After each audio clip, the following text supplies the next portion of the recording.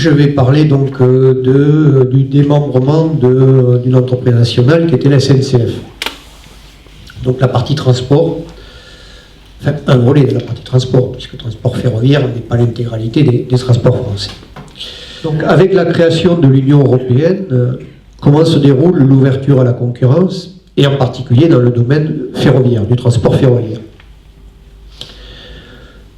Alors, je crois que ce qu'il faut qu'on prenne en compte d'abord, c'est que le temps mis en œuvre pour réaliser cette ouverture à la concurrence et ces privatisations plus ou moins larges, c'est aussi fonction des capacités de réaction sociale qui peuvent exister à la fois dans la population de chaque pays, mais aussi plus spécifiquement dans chacune des entreprises concernées.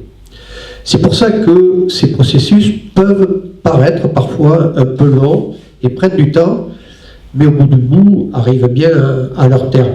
En ce qui concerne la SNCF, le début du démantèlement, du moins le lancement de l'opération, le top départ, c'est il y a quand même une trentaine d'années que ça a eu lieu. On ne s'en rappelle plus, mais ça date d'une trentaine d'années. Donc, par peur de la réaction populaire, l'ouverture à la concurrence s'effectue toujours sous le même schéma et prend souvent un peu de temps. Pour ce qui concerne la SNCF, mais ce n'est pas particulier à la SNCF, à mon avis, ça se déroule en 4 points.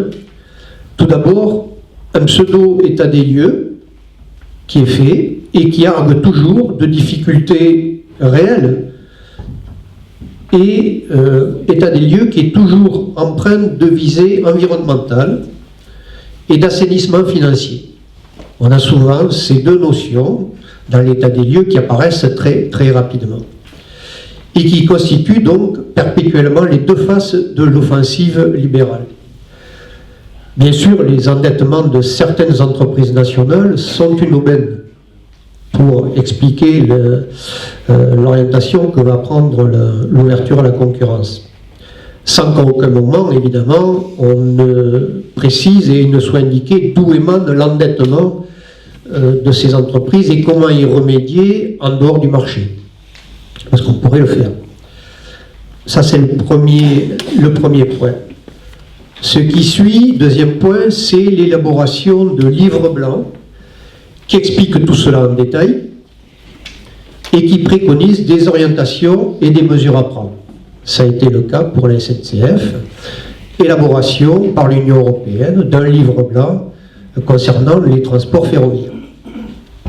Troisième point, qui suit immédiatement le livre blanc, des directives européennes. Là, on rentre beaucoup plus dans le concret et dans l'application. Des directives européennes qui vont fixer des dictats aux différents pays de l'Union pour mettre en œuvre les préconisations du livre blanc. Avec, bien sûr, un délai qui est toujours fixé à chacun des pays concernés, un délai, lui, par contre, relativement bref, entre 2 et 3 ans. Alors, pour la partie ferroviaire, du moins, c'était entre 2 ou 3 ans. Après, chacun de mes collègues va dire pour ce qui concerne l'EDF, les communications, etc., si c'était plus ou moins long, je ne sais pas, je n'ai pas regardé, mais bon, pour la SNCF, c'était 2-3 ans maximum, pour transcrire donc dans le droit national, dans le droit français, la directive. Avec particularité, pour transcrire en droit français, seul le passage au Parlement suffit. Bien évidemment, le peuple, en aucun moment, n'est consulté sur cette évolution. On se limite au Parlement. Il suffit donc qu'il y ait un vote favorable au Parlement et la directive passe dans le droit français. Quatrième et dernier point, à partir du moment où cette directive est devenue donc, réalité dans le droit français, eh bien, application effective de l'ouverture à la concurrence. Et tout a été fait, donc il n'y a pas de raison de tergiverser, on y va. Avec notamment, en particulier, l'obligation qui est faite de scinder la propriété du réseau. Ça, c'est quand même assez spécifique, c'est-à-dire que le réseau français, par exemple, va devenir propriété de Réseau Ferré de France en l'occurrence, et ça va être scindé de la production et de la commercialisation de cette production qui, eux, vont revenir à la SNCF. La SNCF est donc dépouillée du réseau, de la propriété du réseau. Ça sera le cas avec les DFNJ, les PTT, avec Orange, etc. Ils expliqueront ça mieux que moi. Cette ouverture à la concurrence a donc été réalisée en plusieurs étapes et ça remonte à assez loin, c'est ce que je disais en préambule, puisque la première offensive réelle date de 1991 en ce qui concerne le transport ferroviaire. C'est l'apparition de la première directive européenne, la fameuse 91-440, bien connue à l'époque des cheminots, qui définit une nouvelle politique des transports ferroviaires dans le cadre de l'Union européenne. Alors, j'ai dit bien connu des cheminots parce qu'à l'époque, il y avait eu une grosse bagarre syndicale et à l'intérieur de la SNCF contre cette directive européenne 91-440. À l'époque, vous demandiez à un cheminot ce qu'était la directive 91-440, tout le monde savait de quoi il s'agissait. Sauf que, et là il faut faire amende honorable, y compris moi, mais mes amis aussi, nous n'avions pas vu qu'à partir de là, la nécessité, c'était le bout du bout de sortir de cette Union européenne. Et à aucun moment dans notre acte à l'époque, vous ne retrouverez la demande de sortir de l'Union européenne. On se battait contre l'application de cette directive, mais on n'allait pas au bout de la démarche. Donc ça, c'est quelque chose aussi d'intéressant à noter pour, je dirais, plus le milieu syndical, enfin, etc. Voilà. Donc 91, vous voyez, ça remonte assez loin. Et cette directive européenne donc demandait aux États de réduire d'abord l'endettement des compagnies ferroviaires. Ça, c'est un préalable, parce que vous ne pouvez pas donner au privé une entreprise qui a plein de dettes. Il faut d'abord que le peuple apure sa dette avant que ceux qui vont faire du fric puissent récupérer l'objet. Ça peut marcher que comme ça. Donc d'abord, apurement de la dette de ces entreprises avant l'ouverture à la concurrence. C'est ce qui a été préconisé pour le rail et la SNCF. Et donc la France a alors choisi de transférer la dette en grande partie à Réseau Ferré de France qui devenait propriétaire du réseau. En 1995, une nouvelle directive définit, c'est la poursuite logique, définit les conditions d'attribution de licences ferroviaires, c'est-à-dire c'est les entreprises qui vont être habilitées à faire du trafic. Parce qu'il faut une licence. Bon, il y a des normes de sécurité quand même très draconiennes au niveau du transport ferroviaire. Et donc on ne peut pas envoyer n'importe qui faire du transport ferroviaire. Il faut quand même qu'il y ait un minimum de garantie. Bon, ça, l'UE avait bien cadré la chose. Et donc il y avait des attributions de licences ferroviaires pour pouvoir être entrepreneur ferroviaire. Donc ouverture à tout ce qui allait respecter les garanties préconisées pour devenir exploitant ferroviaire. Et en plus, à partir du moment où ils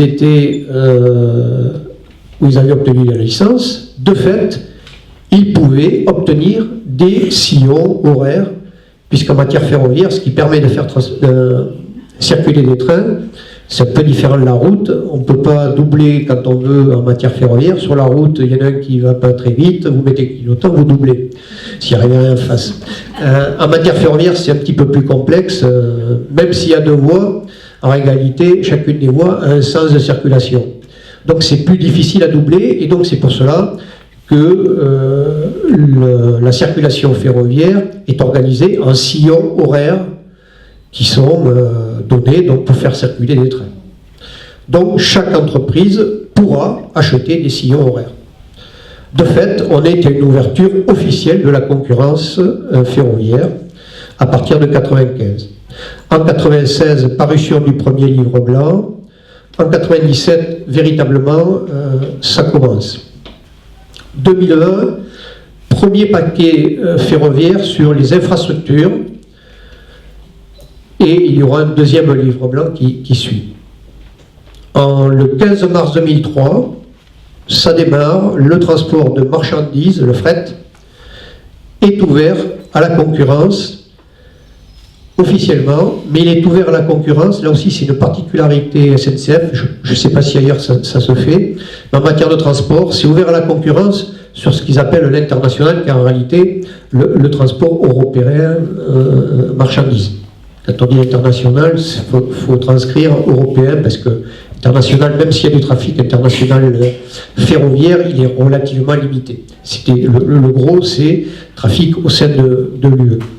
Donc, libéralisation du trafic fret. En 2004, un deuxième paquet ferroviaire qui, lui, va permettre d'ouvrir le trafic intérieur ferroviaire, c'est-à-dire le trafic français du rail. Première manœuvre, on ouvre au niveau européen pour le trafic international. Deuxième manœuvre, on ouvre là le trafic intérieur français du rail. Le 13 juin 2005, on voit donc circuler le premier train de fret privé en France. 2006, l'ouverture se généralise. Et en 2006, le premier constat qu'on fait, c'est que depuis toutes ces péripéties, la SNCF a perdu en fret 40% de son volume de trafic. Le gouvernement annonce en fin avril 2006, logiquement, puisque c'est quelque chose qui périclite, la filialisation de la branche fret de la SNCF. Donc, vous voyez comment on déstabilise et comment on démembre l'entreprise coordonnée et nationale. Ça, donc, filialisation du fret SNCF à l'horizon de 2020. Là aussi, il y a toujours un petit délai, comme ça. Voilà. Petite remarque, quand a-t-on entendu les tenants de l'environnement chez nous s'opposer à cette découpe? A priori, jamais. 2007, troisième paquet ferroviaire, là, sur la libéralisation du transport ferroviaire voyageurs. Deuxième couche. Et à partir de 2009, c'est le transport international voyageur qui est officiellement libéralisé. C'est-à-dire que si vous voulez, vous voulez aller en Belgique, en Allemagne, en Italie, par le rail, vous ne prenez pas forcément au départ de Paris un train de la SNCF. Vous prenez Thalys, qui peut être un train de la SNCF, mais vous prenez Transitalia, qui peut être un train d'un opérateur italien, qui peut être soit l'opérateur historique national, mais qui peut être un opérateur privé. Voilà, bon, Tello, etc. Bon, voilà, hein. Alors, ça reste pendant un temps limité, ces ouvertures, parce qu'au niveau du transport ferroviaire, ça demande des investissements assez longs, et donc le privé y va, mais doucement, quoi. À partir de décembre 2019, c'est-à-dire demain, là, on y est, la SNCF pourra être concurrencée sur les trains régionaux, c'est-à-dire les TER, sur les trains intercités, par des opérateurs privés. Privés ou d'autres entreprises nationales. Mais au bout du bout, c'est pareil, c'est la même chose. Donc ça, c'est demain, c'est en décembre 2019. Petite particularité, notamment en ce qui concerne les trains express régionaux. Vous savez qu'entre-temps, la gestion des TER a été passée non plus de l'entreprise nationale SNCF, mais aux régions. Autre particularité, c'est-à-dire qu'on dessaisit l'entreprise nationale de la gestion d'une partie de sa production, et c'est, en l'occurrence là, la région qui joue le rôle de prestataire en ce qui concerne les TER. Alors là, les TER, les régions peuvent d'ores et déjà, si elles veulent, changer d'opérateur. Juridiquement, c'est possible. C'est-à-dire que votre région demain, votre président de région demain, s'il a la validation de son conseil régional, 1er janvier 2020, il peut dire que c'est plus la SNCF qui va gérer les TER en Normandie, c'est n'importe quelle entreprise qui a sa licence, et donc à partir de là, il n'y a pas de problème. Voilà. C'est tout à fait possible légalement. Alors bien sûr, on comprend que socialement, c'est un peu plus difficile à gérer que ça, donc il faut un peu plus de temps. Et donc on laisse aux régions jusqu'à 2023 pour éventuellement reconduire le contrat de 10 ans qui les lie actuellement à la SNCF. C'est-à-dire que toutes les régions vont d'ici 2023 passer de nouveaux contrats avec soit l'opérateur historique qu'est la SNCF, soit un nouvel opérateur. Au bout du bout, de toute façon, en 2033, il faut que tous les contrats aient été renouvelés. Voilà. Décembre 2020, c'est-à-dire dans un an, même processus, mais pour les TGV.